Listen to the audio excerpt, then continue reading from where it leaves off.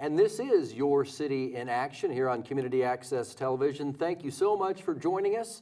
My name is Todd Pittenger. I'm the host. I'm the news director of KSAL Radio from the Rockingham Radio Group here in Salina. And our special guest today, Dan Stack, Salina City Engineer. Did I get that right? You got that right, yep. And I promise everyone, we're not going to bore you to death. You think engineer, maybe he does vital things, but it's always not that exciting. Is that fair to say, Dan?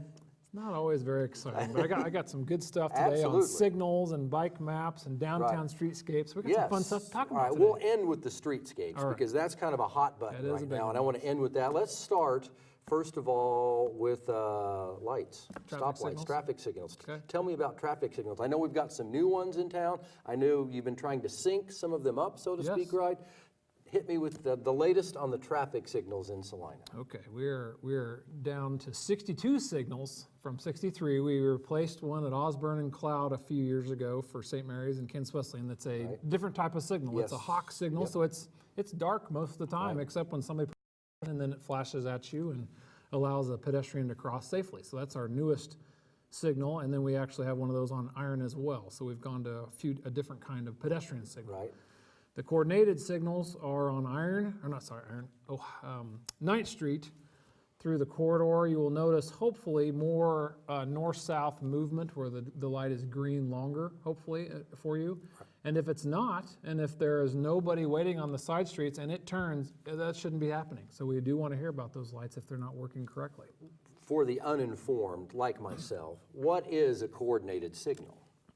Coordinated signal is where they are timed according to the cars to try and progress a car through the corridor. So they're not tripped when I roll up to the stoplight, per se? Not in the coordination mode. Now, the coordination mode typically runs from 11 a.m. till 6 p.m. at night. So it's not running all day long. That's the busiest time of day on 9th Street is that time.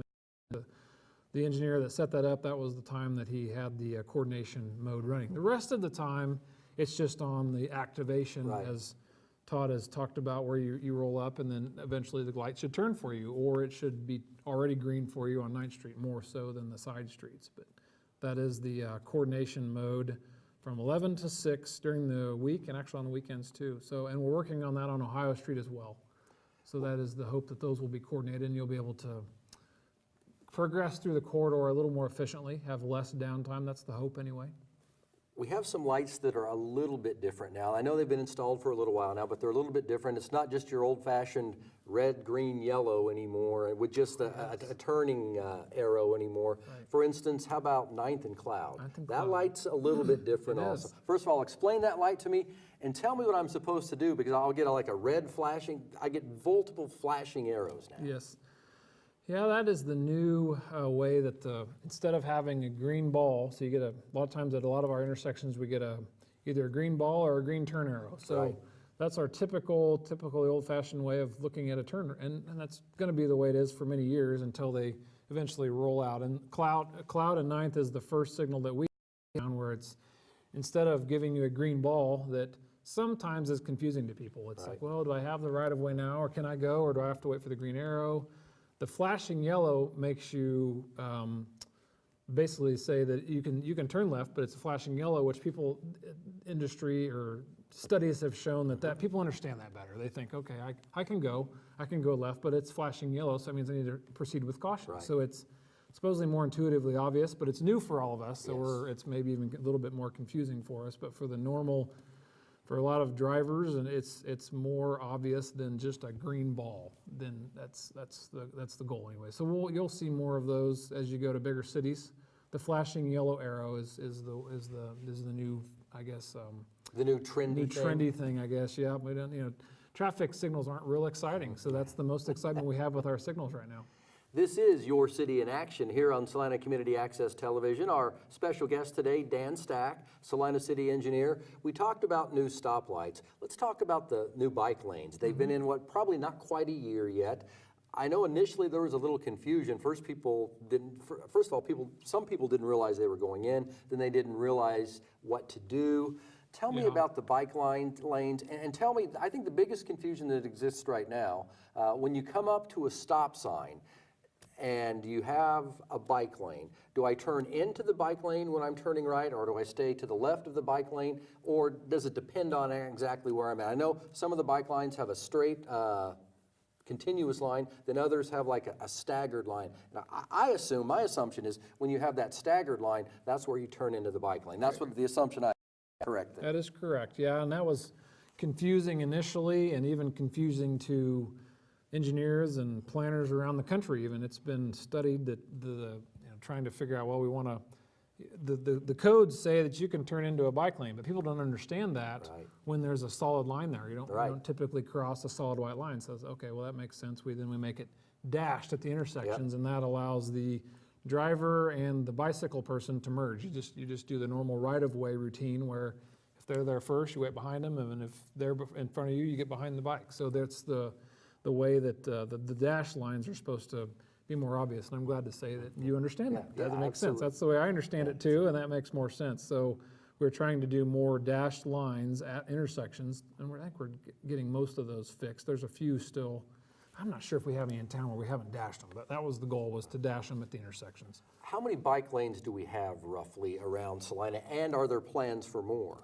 There are, and I just happened to, we had a little talk this morning with the Salina Journal about this same issue. So we're looking at, we've completed about 10 miles of bike routes, and we have planned another about 23 more, I guess. We have some areas where we'd maybe like a bike lane, but we're going to need either a new road or, out to K-State Salina as an example. It's really hard to get a bike lane out to them because there's just not a really good road or good way to do that. Kind of dangerous along Centennial Road out there. Centennial, and then east or west Magnolia through there is real narrow, and it's so anyway. We've got some areas where we can't necessarily, or we won't be able to do a bike lane very easily for a while. But we've got about 10 miles complete so far, about 23 miles left, and we're just doing a few miles each year as we maintain our roads. So you'll see quite a few of them. It looks like we've got, more and more, and people are getting used to them. They understand what they mean.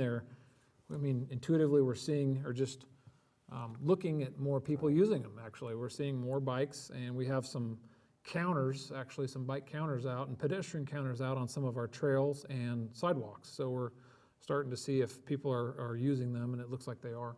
I will tell you, my wife and I, and I'm being just a little selfish here when I'm talking to you, big fans of the trail system. We love the levee trails. We love the trail over right off of Cloud Street, kind of over by the levee. There's a nature area back there. The Lakewood trails, we love those. So I'm a big proponent of more trails. And I know eventually with the river improvements, we're going to get some trails along the river, correct? That's the hope, yes. Quite a bit of 7 miles of river channel that we've got a little bit of trail along the river from Bill Burke over to Ohio. So there is a trail there. We use that. That's the start of it. And then, yes, hopefully that will continue on as we meander through the city with the river project to try and get a trail along there as well. All right, we talked about bike lanes and how those have made the street, the look of the street change just a little bit. Let's talk streetscape. With the downtown revitalization, I'm telling you, day by day, Fieldhouse Salina is going up before my eye. I drive past it every day on my way to work at the radio station in downtown Salina. I can't believe how quick that's going up. The whole face of downtown is going to change, isn't it? Yeah, Tell me, how is Santa Fe going to look? Do we know yet? I know initially there were plans for maybe it was just going to be a single lane each way with the turning lane in the middle, expand the sidewalks. That would let the businesses maybe have tables and outdoor dining. Right. As we speak, do we know what it's going to be? And if we don't, are we leaning one way or the other? We don't know quite yet what we're leaning, what way we're leaning. It seems like the part of the plan that was originally drawn up by the consultant for the last couple of years showed a median in part of the downtown. So they had compromised on a median on the north and south blocks and no median in the middle two blocks, which basically is the two adjacent to Iron. Right. So it seems like the sentiment is there's not a lot of room down there as far as you can't have medians and parking and lanes and more sidewalks. So Absolutely. Something's got to give. Yeah, we have to start balancing that, trying to figure out which one gives. And so it seems like the median is the one that people are least excited about and would more rather see some landscaping and nice amenities on the sides more, in the plazas, on the sides, at the crosswalks, at the intersections.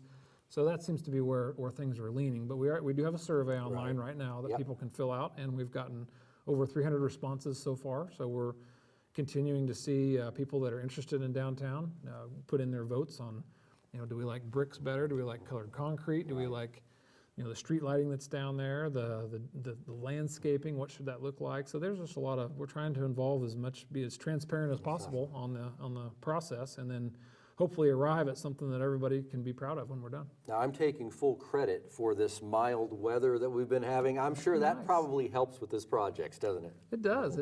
We had a meeting last week, and it was a beautiful day to be out and to come by and look at the possibilities for downtown. We're getting lots of walk-in traffic just coming in and giving us ideas and thoughts that they have for the downtown. So yeah, spring is coming. Spring's in the air, so everybody's excited about the opportunities. And yeah, eventually with the field house getting constructed, and you'll see other construction downtown, it'll be really exciting for the downtown area. All right, final question. As we roll into the warmer spring and summer months, what are some of the big changes that I'll see in some areas around town that maybe, I'll wake up one morning and be heading to work and say, hey, wait a second, what are they doing here? What's the big thing right now? What do you got cooking? I'd have to say we're going to do a lot of not the glamorous maintenance, but it's going to hopefully make the streets smoother. Yes. And you'll see surfacing, you'll see a different type of material maybe on Broadway, south of Crawford. We're going to do a different type of kind of a chip seal, but it's engineering language for a really nice surfacing of the road. So hopefully it's smooth. While those projects are going on, they can be kind of a pain in the rear for a day or two. But boy, once they're done, the smooth ride, it makes it all worth it. So that's one project you have working, right? That is one, and we have, with the sales tax that was passed last year, we have quite a bit of projects scheduled for this year. And so it won't be a lot different than you see. You'll just see more of it. So you'll see more orange barrels and more orange cones, but it will be is a good time to bid projects, to bid work in the state, because the state is actually doing less work, and so our city has kind of benefited from that, and we'll have a contractor that's going to do a lot of our work for us, and so they're going to be working all summer in different parts of town. So you're the guy that I curse when I get tired of all those orange barrels, is that correct? Yes, that's correct. It's mine and my staff. I've got 11 staff members that work for me. You'll see inspectors out, and you'll see news releases and road lane closures and lane minimizers. Our biggest project this year is Country Club Road on the east side of town. So that's anybody who drives in from Country Club Road on that. It is terribly rough. I go out there storm chasing all the time. Yeah, there you go. It is really rough. There's the intersection at Eastboro is really rough, and we've kind of done some work on Marymount through there and on Iron as well. So it's the last leg of trying to improve that corridor some. So yeah, and we'll be doing some major concrete maintenance on Belmont. So we've kind of done 3/4 of that. This will be the last portion that we're going to do on Belmont this year. So you'll see some work there. And then Crawford will be a large project all the way from Salina Central to the eastern city limits. You'll see work on Crawford the whole way. That's a long stretch. It's a long stretch. Way out there past the golf course. Yes, that's right. Yep. Well, Dan Stack, Salina City Engineer, I appreciate you joining us. This has been informative. We're going to have you back here as some of these projects get rolling, okay? Yep, no problem. This has been Your City in Action here on Salina Community Access Television. Thank you so much for joining us this time.